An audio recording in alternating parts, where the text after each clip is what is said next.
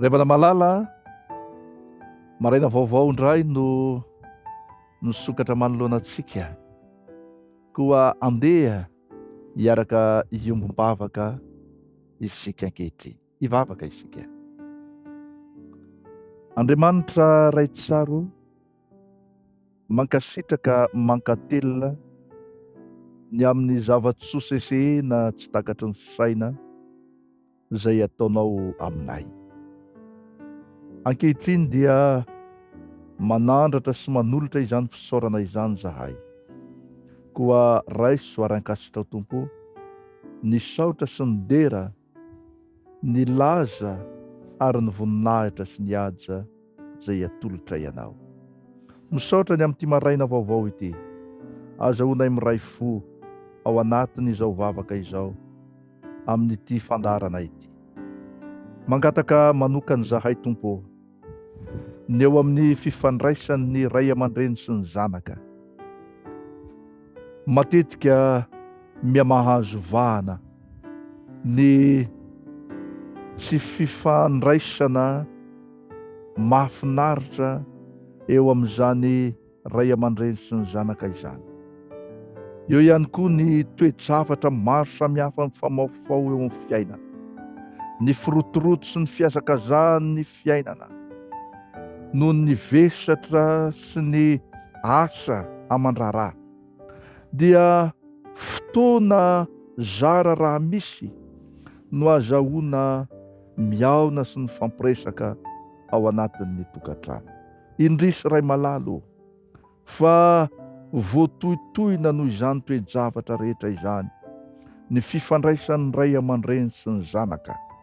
Tsy ampy intsony ny fotoana azahoana mifampiresaka, tsy ampy intsony ny fotoana azahoana mifampiaino, tsy misy intsony ny fotoana izay mba hiarahan'ny fianakaviana. Koa mangataka anao zahay, jereo, vonjeo ny fiainana, ny tokantrano tsiraray avy, ny fianakaviana, indrindraindrindra ny mba hirindrany ny fifandraisan'ny ray aman-dreny sy ny zanaka. Aoka Tompo malalo, mba ho voatahiry mandrakariva ilay kolotsaina manome tomban-dahy ny fifanajana, ka ny zanaka hay hanaja ny ray aman-dreny, ny ray aman-dreny hay hevitra sy ho tia ary hanaja ny zanaka. Tompo malalo, naorinao ao anatin'ny ankohonana sy fianakaviana iray. Koa talao zahay, midira antsehatra, ka mba hisy fifandraisana mamy sy mahafinaritra ny eo amin'ny ray aman-dreny sy ny zanaka. Tsy miafina aminao anie Tompo malalo, fa misy mihitsy ny toe-javatra mampalahelo. Zanaka mamaly valy ray aman-dreny, tsy mankatoho, ary misy ray aman-dreny tsy mihevitra sy tsy mieritreritra ny anasony zany. Aoka ho arindranao, ho averinao amin'ny laoniny izany fifandraisana izany, ka mba ho ray aman-dreny sy zanaka mifampitantana eo an-tongotrao ny ray aman-dreny sy ny zanaka rehetra. Amin'ity androany ity, misy namanay ity mangataka vavaka manokana. Mahatsapy izy Tompo malalo, fa na dia ao ara ny fikasana tsara ao anatiny, dia indrisy tsy mba manana fandavan-tena izy, tsy mba manana fandavan-tena hanao ny tsara, tsy mba manana fandavan-tena hanao ny marina, fa indrisy ny ratsy mandrakariva no tanterahany.